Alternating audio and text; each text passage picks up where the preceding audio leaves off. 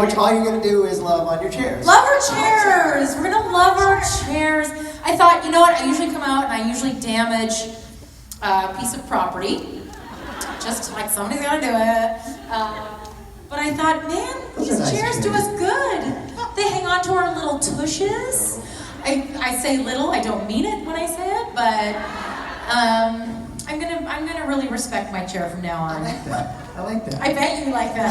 It makes you feel safer on stage. That's why I come back here. I know. Yeah. Did you guys see him inch away? Yeah. I eyed him like a fun threat. I was like, I'm gonna fucking get you. Did I surprise you? Yeah. Steve's like, I love Weekend snacks off. back there. Steve Norton, everyone.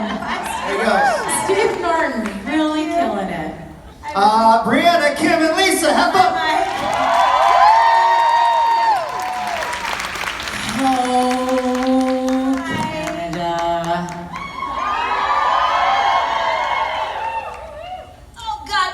Listen, so far away. You guys, do you know what the rumor about Canada conventions? Do you know what the rumor about Canadian conventions is? What? Oh, yeah, sure. What? That you guys are really quiet. Thank you. Thank you. And it's so funny because, I mean, before Lisa came on the circuit, I think that I was the Canadian, and I think I'm probably the loudest person on the circuit. But when we come to the Toronto and Vancouver conventions, it's always very, exactly, quiet. But we know you guys are listening, and we're grateful for you to be listening, because we're going to say really smart and important things shortly. So don't ask me anything about the show, and then I can make that statement true. Thank you so much. Shall we take a question, ladies? I think we should take a question. I think we should take a question. I know, I'm far off. I feel like I'm 5. I am allergic to strawberries, and I like to go out at recess, and my favorite book is Charlotte's Web. Thank you, that's character. Hi! Hello. Hello. Welcome back to Toronto, ladies, and welcome home, Lisa. My question for all of you is, what is your current telephone ringtone? I thought you were going to say telephone number. I was like, whoa, bold question. Come on, my girl, a drink first. I think I probably have the best answer. You do. Do you guys know who Chris Farley is? Do you guys know the movie Tommy Boy? It's one of my favorite movies of all time, and my ringtone for years has been Fat Guy in a Little Coat. Fat guy in a little coat. That's what my ringtone is. I'm like, oh. For everyone? Oh no, that's if I get a text message. Text, yeah. My ringtone is, bitch better have my money. Which is very funny if you are at a parent advisory committee. Just happened once and will never happen second time. Yeah. I keep my phone on silent, so I actually don't. Me too. That's what I'm like, I don't. But I do want to make one. And can you make like conversations into ringtones? Oh, probably. That I would like. I had one where Rob was just like, you know, you so got this, and I just kind of want that to be my ringtone. I was like, I think that's a good one because I kind of just press play every now and again. Yeah. It doesn't read it. You so got this. That would be mine. Sweet. Thank you. Thank you. Thanks. Hi, see? So, I have one for each of you. Lisa, how do you drink your Timmies? How do I Drink your Tim Hortons. drink Tim Hortons? Yeah, like how do you take your coffee? I don't drink coffee. I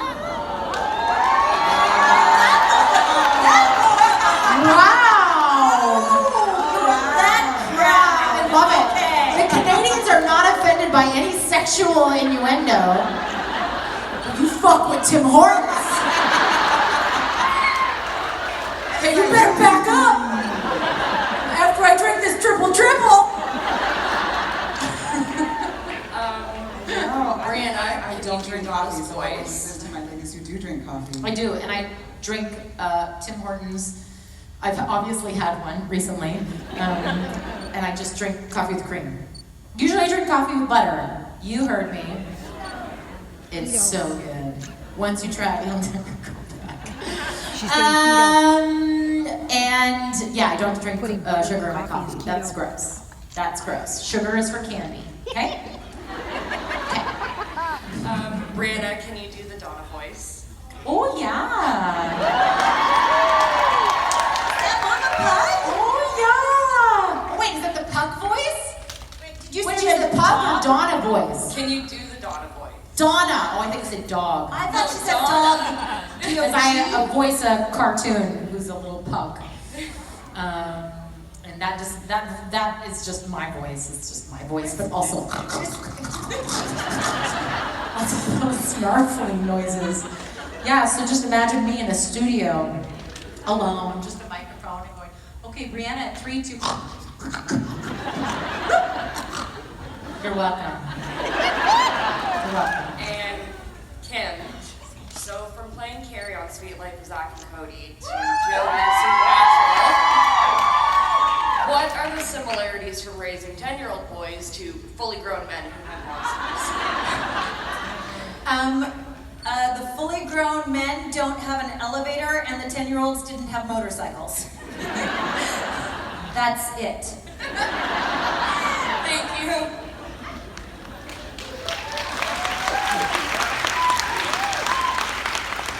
Hi. Hi. I'm so nervous. This is my first convention, and since I'm traveling for the first time overseas, I was wondering where have you guys traveled? Like, which countries have you guys traveled, and where would you like to go? If you could. I feel like I actually just started traveling because of these conventions, so I feel incredibly grateful for that. I grew up on a farm, and my family didn't have a lot of money, and when we went on vacations, we'd go camping. That's what we would do, and I love that. I just didn't know much else.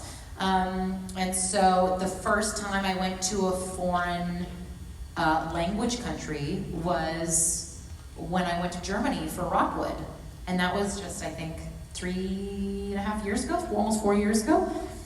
God, was that 4 years ago? 3 years ago. Calm down, you guys. And I was so nervous. And I remember telling the guys who I was traveling with, was so even when I went to Rome, I was at a convention in England where I met Adam Fergus, and I had to go to Rome, and I'd never been to Rome before, and I was so nervous that Adam Fergus changed his flight so he could fly with me to Rome. I know, schmoopy. So I feel very grateful. I've been to Australia, places I named, and France. That was the first time I went to France was this year. That was pretty great. Yeah, I'm everything you can imagine that is like a country bumpkin in those places for the first time. Just like, oh! So, eternally grateful to you guys.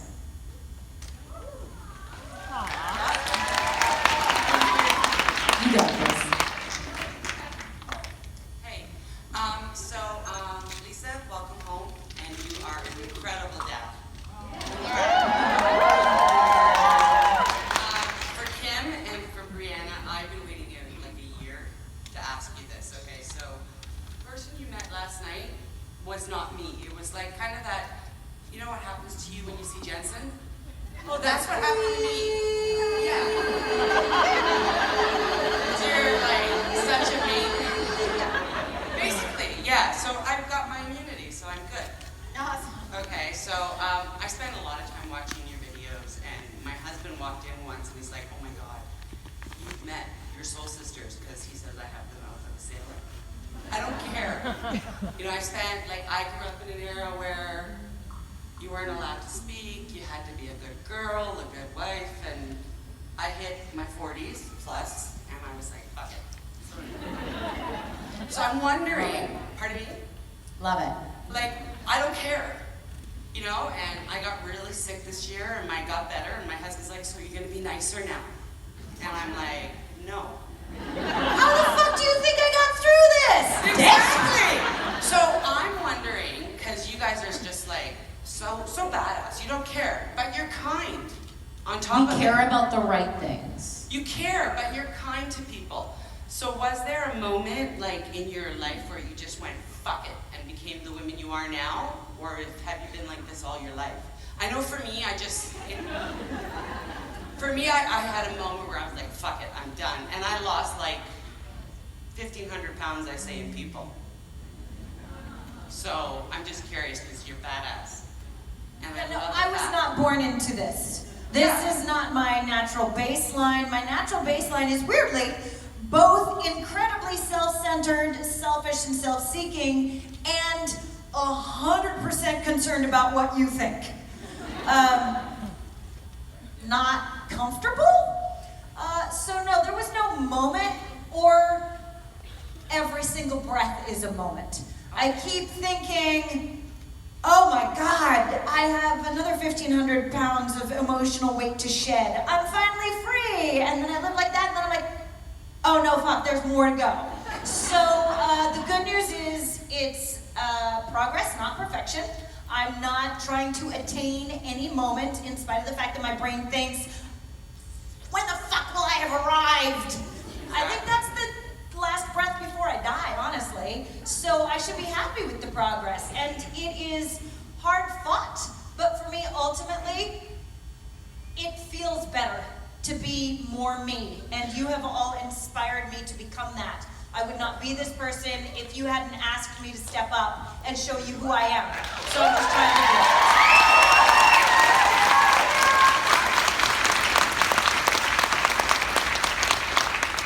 We're like backup dancers behind you, just being like,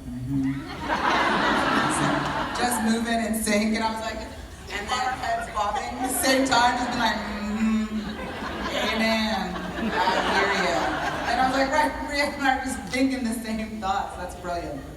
And how do you feel about people censoring your words? Because my family keeps trying to tell me to stop cussing. And it just doesn't work. It makes me cuss even more. So what do you feel? Like, what's your top, like, how do you feel about that? I have not had that experience where people tell me to stop swearing. I think there is a power in swear words. Yes. So I, with all great power comes great responsibility. So I save those swear words for people who I know will receive that power. Oh, I don't have a censor. You can though if you want to. I mean, if you feel like you need to please these people who are asking you not to swear, then don't worry about it. This is the reality, is people who are unhappy with you are unhappy because something about what you're doing is triggering something in them. And that's their journey and that's their responsibility. If you're being your authentic self, you have to celebrate that. Because a lot of people go through that life without being able to do it. Yeah, aside from last night where it was just beep. What's that? Last night it was just beep when I met you At the two. DJ party. I couldn't speak. Oh. Like, Oh, you honestly, did I fucking great. word out. I didn't know what to say. You did great. You did great. Thank you Yeah, very the much. swearing is a tricky one. I mean, I'm a big fan of swearing. I swear in front of my daughter all the time. She knows what swear words are. She knows she's not allowed to use them until she understands how to use them. That's all. I don't tell her she can't swear. I just say there's power in those words. You wait until you understand that power. But I think that in terms of worrying about what other people think, that is, as Kim was saying, that's a kind of a constant journey, and that's the joy of life. I mean, who wants to be done? I know it's hard. I know it's hard, you guys. Life gets fucking tricky. But once you're done, isn't that fucking boring? Let's work on stuff all the time. Yes. But I will say this, and it is so much easier said than done, but oh man, don't worry about what people think of you. Don't worry about it. That's their stuff. That's all their stuff. You send them love, and you send them on their way. That's it.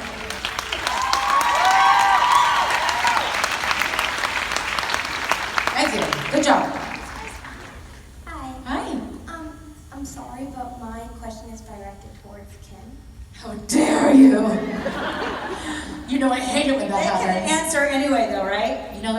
that we do when this happens? Okay. Well, we'll try. We'll see. We'll see what the question is. So, when I was little, my favorite TV show was Sweet Life of Zack and Cody, and it got me a 9 o'clock bedtime. And then... Sorry, what was that part again?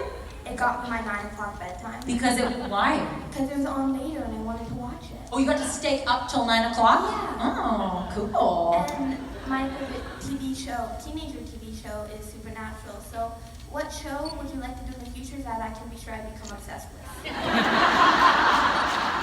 Oh, I have actually a bit. Do you see how big my eyes are right now? 5. I want a season 2 of Good Omens, and I want to be a demon. Have you seen Good Omens yet? Please go watch Good Omens.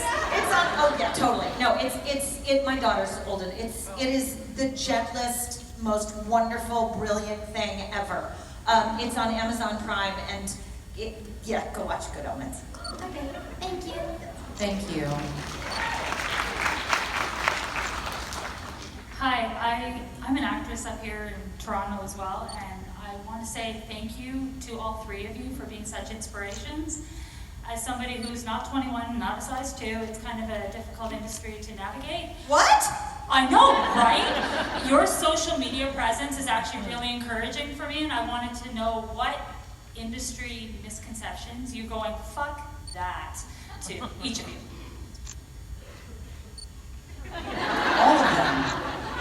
All of them, truly. I mean, at a certain stage, you kind of have to really define for yourself who you are and what you want, and then make choices accordingly, because you still have to live your life. And aging in this business is an interesting one, but I mean, for me, I like to look for examples of people breaking the rules or things that aren't supposed to happen. I do what you're doing, where you're like, I found you guys, and you make me see that you don't have to be that perfect cutout that, you know, Hollywood makes you think you have to be. So I definitely do that, because, you know, every time I see an artist who doesn't look like what you're supposed to look like, really getting opportunities and working with some of the best in the business, I go, see? That's what I kind of do to myself. And then I see somebody else who's acting over the age of 60, and I go, see? It's just about how many times I choose to look for the opportunity to argue for my limitation or to argue against it. And when I look for examples of people having an unconventional career or having great opportunities later on in life, that really does inspire me. And I love getting opportunities later on in life than I did when I was in my 20s, because I know it inspires people to keep going with their dreams. And if you're an actor and you're like, I'm 45 and it's still not really breaking, and you're just like, I'm working but not really, and I'm like, if it's what you really want to do, then it's more about navigating the mental landscapes and the attacks that come, because people are trying to tell you who you are. This is your hit. This is what you do. This is who you are, and you kind of have to go against it, because I'm somebody who I'm fit, I'm strong, but I don't look like your typical, you know, fit, strong girl that you see on TV with ripped muscles and, you know, all of those things. But I can do a lot of push-ups, I can do chin-ups, I can do sprints. You can do chin-ups? Yeah, girl. You know why I learned how to do chin-ups? I learned how to do chin-ups because I was like, I just didn't want to ever be taken out because I didn't have upper body strength. And so many times there you go. would pull myself up or like hanging, and I was just like, I need to really be able to take care of myself. Smart. You do it from the ground up, because I can do, once I get up there, I can go, but I can't start at the ground and pull myself up. Like hanging? Like just hanging and then If you were to hang off a bar, could you go? Yes. Whoa! That's impressive, man. Well, Lisa, You know, so very I mean, that's my answer. It's just like, I just keep looking for people who are doing it and breaking the rules and having those opportunities later on in life, and then I truly do go and study them. And I look at their interviews and how they talk and how they speak to themselves and what they say they do to stay in the right mind frame, because you have to be doing something different. You know, if you are still, you know, connecting with people when you look different or when you are older or anything other, you know, I really do think that people have a mindset that keeps them going in a different direction than somebody who has a mindset of like, it's never going to happen for me. Do you see how you have to be young? Do you see how you have to be beautiful? Do you see how you have to be thin? And if that's the case, then I feel we create that reality where we have to be all of those things, versus if you look for people who are like, she's different just like me. She's not a size 2. And look at her, she's tall and doing this work. You know what I mean? And that really jazzes me up. I think this is a challenge, what you just mentioned, which is looking for the people that affirm the possibility of success, as opposed to looking for the people that confirm your negative beliefs about something. And that is hard. It is hard when we all get into some sort of negative spiral. I get into them all the time. My challenge is always to go, okay, but what is the possibility here? What is the positive possibility as opposed to the negative possibility? It's a challenge. I'm not saying that that's easy, but it does create possibilities, the possible futures that you're talking about. So I'm so grateful that you find inspiration from us. I find inspiration from you guys. I find inspiration every day. It is out there, and continue to choose to see inspiration in the stuff that's out there rather than seeing the negative truths about our industry, which I think are changing slowly. But you're doing the right thing by choosing to be inspired instead.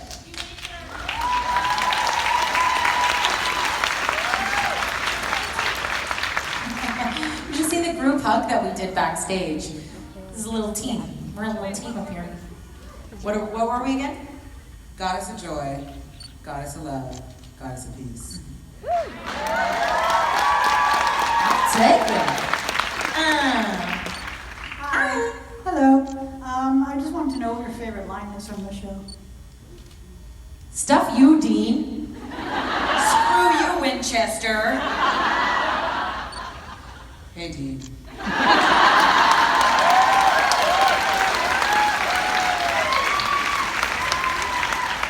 Oh, there you go. Hi. Hi. First of all, I just wanted to thank you guys for being such badass, inspirational women, because y'all are really awesome. My question for you guys is, what's your favorite or like your weirdest fan experience? I thought you were gonna say fantasy. I'm like, wow. I know we thought people were asking for our numbers. I know. My mind is in a gutter.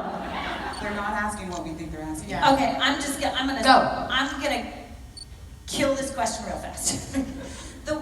The thing is, when I'm heightened in emotions, and when I'm awkward and uncomfortable, and when I have a lot of investment in an outcome, I think what I am is awkward and weird. What I see is beauty. What I see is love. I have never had a weird fan experience. I have never had anyone leave me with anything that wasn't their personal moment of offering me themselves. I never fucking judge you. I love you, and I am so grateful.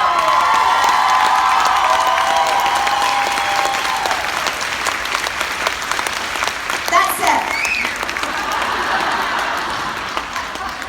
Here's me in Nordstrom's. 5-year-old child comes up. Are you the mom on the Sweet Life of Zach Cody? No, I'm not. Yes, you are! Yeah, I am. No, you're not! What the fuck is it? Did you say that to him? No, I didn't. Oh, that's I good. super wanted to. If I'd seen his mom, I would have, but no, I was like... I love that. What kind of hand cream is that? Why are you sorry? Can I have some? I don't have a weird fan experience because I'm the weird fan. Look at me right now. I don't know. If anybody's ever been to a PJ party, all I do is burp and chew and talk with my mouth full. So my apologies to you all. Basically, thank you. It smells nice. No, I I mean, I don't want to speak for these guys, but I'm going to. Like, we're the same. You can take the mic back. If you Oh, want. sorry. Thank you. Look at my new mic holder. Yeah, we're the same. I don't know. If there's an experience where I feel like somebody is overwhelmed, I feel overwhelmed with them in a super fun way. I just don't, there's nothing. There's no weird stuff. That being said, no, I'm just kidding. My very first, I had something similar to you, my very first convention was DC, must have been 4 years ago now. And I remember that I chose to stay at the hotel where the convention was, which I now have learned is not what the other actors do. So I remember checking into my hotel and getting in the elevator, which was full of fans, but none of them recognized me. So they went, so are you here for the Supernatural convention? And I was so nervous that I went, nope, never heard of it.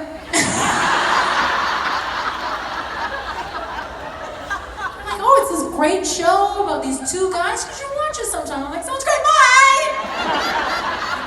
I was so nervous. Anyway, that's me. I'm the weirdo, y'all. So beat that! No, I just love everyone. I think everyone has been so kind and so generous and so vulnerable and just, like, I mean, I say it all the time. I think this is like church for people who don't go to church, you know, and it's just a beautiful, welcoming group of people. So, I mean, Alex gave me this today, and it finished my outfit. I was like, thanks for my necklace. This is so great. So I'm always like, you guys give me the nicest stuff, you make the nicest paintings and artworks, and I'm just like, what can I do for you?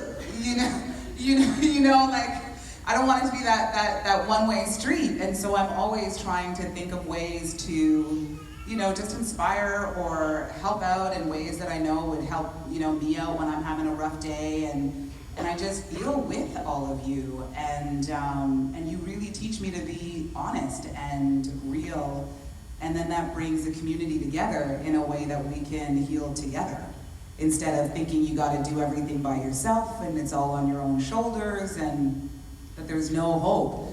And so I really appreciate what has come into my life because of this fandom, because I was a fan of the show and had no idea that this existed. So it was just hilarious to walk in when people were like, do you know the show? I was like, do I know the show? Bitch. Me and my husband have a Thursday date, okay? And then I realized that there's this whole other world and I didn't actually have to be so alone, and so I really appreciate just the warm welcome. That's what I'll say.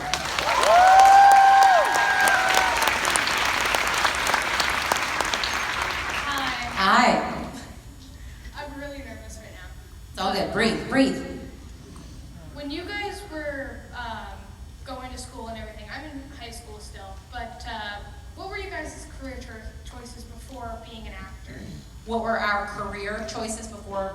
Yeah. Like, what did we want to be when we grew up, when we were younger? I was going to be an English teacher. You went to university for that, or college? Yep. It's university in Canada, but yeah. I always wanted to be an actor. I saw Les Mis when I was 11, and I went, that! So I got a musical theater degree when I was 19, and then put that to use for a few years, and went, I can't sing that 8 shows a week for the rest of my life. And then also got pregnant, and so wear a condom. Children are a blessing. So I started working in TV because I needed some money. And it wasn't like I started working in TV that I went, okay, fine, I'll take those jobs. That's not how it works. I just was like auditioning for TV for like small parts and commercials and stuff. But it's only, I have done a million jobs, which Kim and I have talked about in an episode of our podcast, the Wayward Podcast. Yes! I've done a million jobs because I've been a failed actor the majority of my career. It is only in the last couple years that I've started to make enough money that I can live off of acting or things that come from my acting career. So I could do anything. I really can. I don't love doing everything, but I can do anything. About a year before I booked Supernatural, do you know what I was doing for money? I was giving out coffee samples in grocery stores. Well, no, none of that. All jobs are good jobs. And I was fucking good at it. I was good at it. We can be good at whatever we want to be. It's a choice, I think. But I love entertaining in all facets. I love singing. I love comedy. I love acting. So that's kind of always what I want to do. I mean, I had a whole bunch of careers beforehand, and then it's this new era that I was like, oh man, if I'd known you could be a multiple entrepreneur. Did you know she was a model? I was. Do you know why I know that? Lisa and I have actually known each other for years. Very long time. We used to audition for musical theater. I remember us taking the subway from Mississauga once after a musical theater audition. God, it must have been like 100 years ago. Like 15, 16 years ago. And we're both just like, we're both so angry. I hate this business. I hate this business. But then I remember seeing you on TV on like a morning show, and you were modeling something. I was like, woo! Anyway, I mean, I remember that. no surprises, right? That's hilarious. Yeah. Never told you that. No, because at one point I was a plus size model, and that was when we were still calling them plus size models. And it was really funny because one time I was doing a photo shoot and somebody was just like, "Oh man, they got a model here?" Looking right at my face, looking right at me. Where's the model? Where are they at? I don't have low self-esteem now. It's okay. That didn't hurt. But that was actually just a job because I was like, if you think I can do that, sure. Whatever, man. Yeah. Sure. But I was officially a makeup artist, and I worked for Bobby Brown's line, and then I went freelance for like a whole bunch of fancy foo-foo lines that I was like, I just wanted to work at MAC, but they wouldn't hire me. They wouldn't hire me. I was like, what? How is it that I can get a job at like one of the most reputable, like more piercings? You needed more piercings. Yeah. This was still like the late 90s, so you know. And so I was a makeup artist. I loved doing makeup. I just wasn't passionate about it. And so I kept trying to find like a passion that I was really going for. And then I lost a whole bunch of weight. And then I got into the gym life, and I just really like motivating people. And I just can't help it. Like, even if I'm like working with one client, or if there's 3 of us, and we're all in a class together, I'm that person who's just like, we gonna finish strong, or we gonna end right. You gonna give it everything you got. I don't care if you gonna be, like, I was like the trainer in the gym who was with their client, where they're like, you can cuss me all you want. You can cuss me all you want, but you gonna hold that plank. You gonna hold that plank, that's right. That's right. Aren't you proud of yourself? Aren't you proud of yourself? I just can't help it. So I thought I wanted to be a personal trainer. And so I was like, oh, this is so great. That has to be a t-shirt. You can cuss me all you want, but you gonna hold that plank. It was how I inspired. I let people swear at me. I was that trainer because people would be like, do I have to like working out? I was like, no.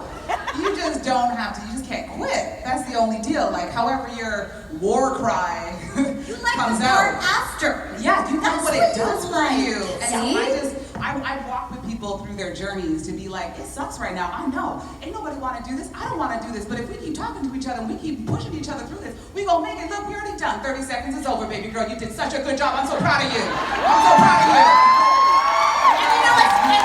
And you know what's really funny is that she did exactly that to me about an hour ago in the green room. Not about a plank, just about life. So yeah, that's your superpower. Is getting us on the other side of shit. I want to go. I like it in that twisted way. And now that I know you can be a multiple entrepreneur, I'm really trying to bring all of that together.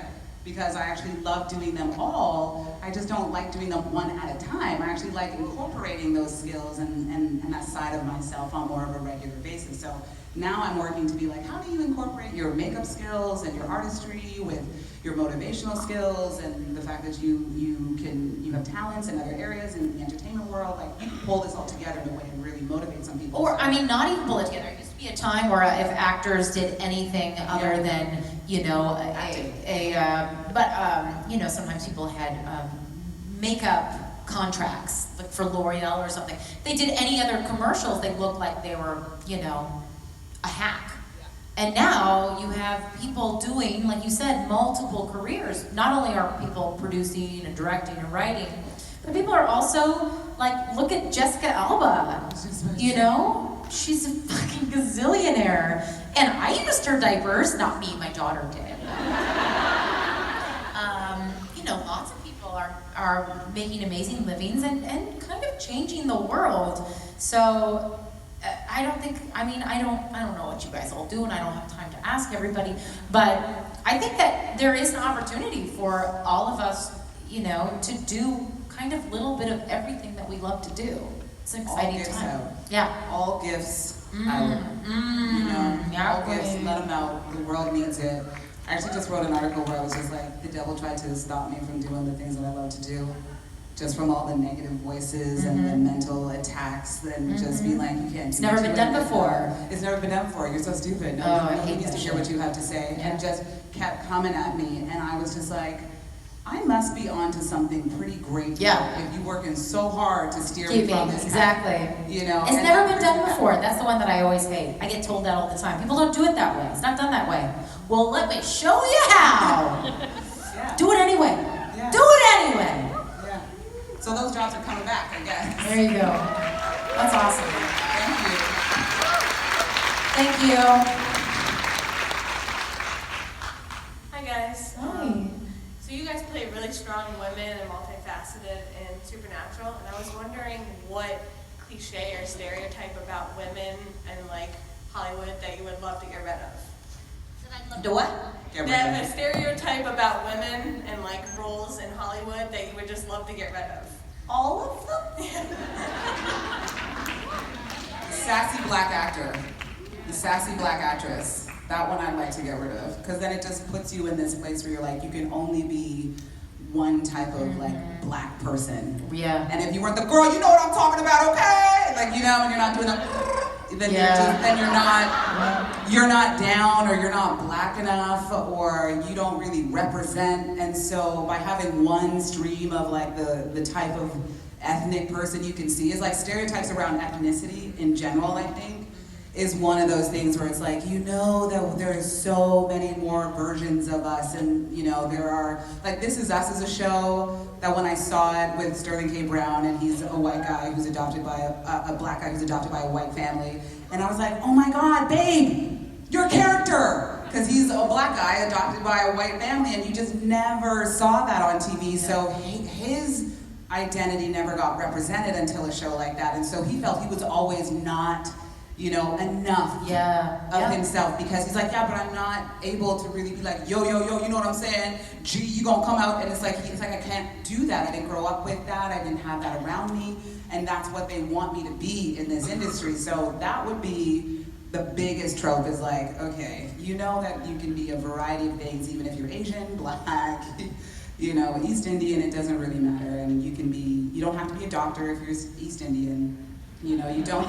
No, but really, like these are the stereotypes that we live by. It's like you get violin player if you're Asian. Exactly. Or a doctor if you're if you know what I mean, like, or a nurse if you're you don't have to be an overeater if you're overweight. Yeah, exactly. Yeah. So I think just playing against the opposites, like when I get to play a character where it's not about being black, but rather about who they are as a person, I think is when we start moving in the right direction. It's like colorblind casting. It's like, you can't color that. And I would also, while I'm very grateful for your compliment that you think that we are, you know, strong, badass females, I would like to get rid of the term a strong female character. Because I like being strong, but I also am sometimes weak. And I sometimes fuck up, and I sometimes get sad, and I sometimes get angry, and all of these make me a full, you know, shiny, sunny, whole person on this planet. And so what I do not like about the industry is that they seem to have this desperate need to pigeonhole women into one label so that they can write for them as that character, when really women are fucking complicated. And they are complex, and they are beautiful in their complexities. So I would like for people to stop trying to label us as good or bad or strong or weak, and just accept that we are all of them.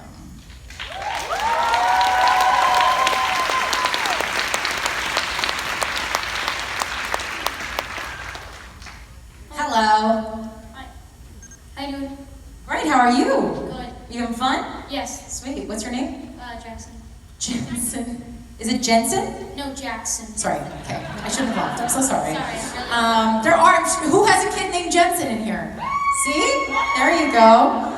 That one person, that's who I thought you were. Okay. How old are you, Jackson? 10. Right on. What's your question?